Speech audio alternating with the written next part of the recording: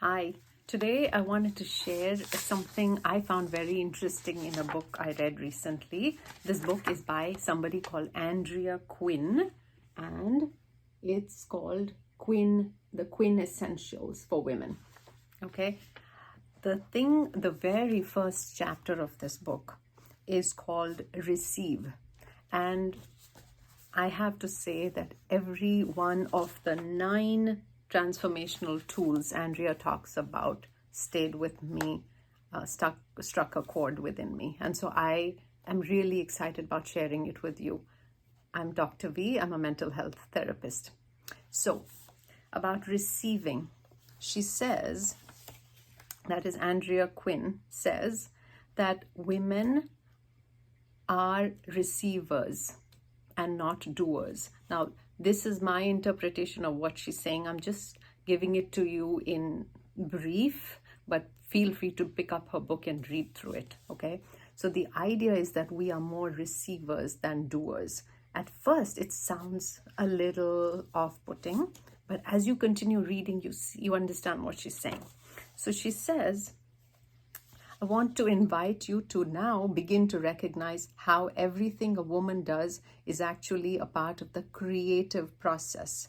Whether you're receiving love in order to create a relationship, receiving funding to create a business, receiving connection to others to create community, physically receiving to create a child, or receiving whatever you require to create healing, it's all in receiving.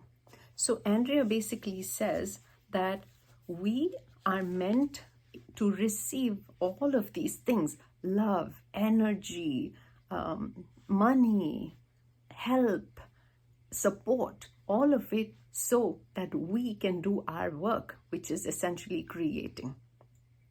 Another podcast I was listening to, this man said something about how in the past, way back, men used to be hunters, and women are the ones who made everything out of that animal, whether to use the skin or the flesh, the bones. Women are the ones who created. So that idea has stayed with me.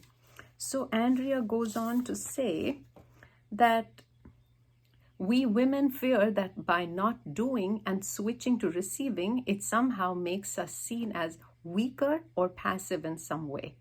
But in fact, when you're being who you have come here to be, that is a receiver to create, you are more powerful than you or anyone else can imagine. So then now what she asks us to do is to begin by simply acknowledging that you are a receiver.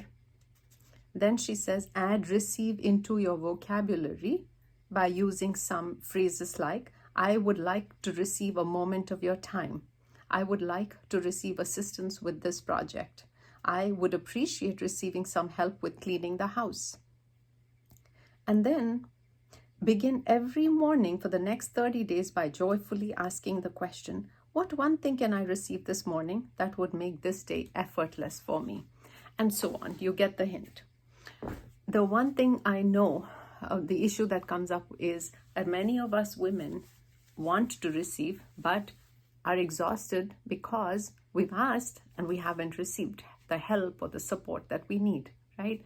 If you are one such person, I do want to say what I have realized is we don't need to ask from people who we know are not capable of giving.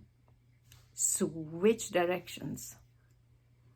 Make sure you are surrounded by people who are giving you as much as you give them. And those who are unable to give, are unwilling to give, don't go back and knock on the same door for years, if not decades. That's what exhausts us. So I really liked what Andrea Quinn had to say. I would appreciate your comments. Whether you like this or not, I would love to have a discussion about it. Thank you. You have a wonderful day and weekend.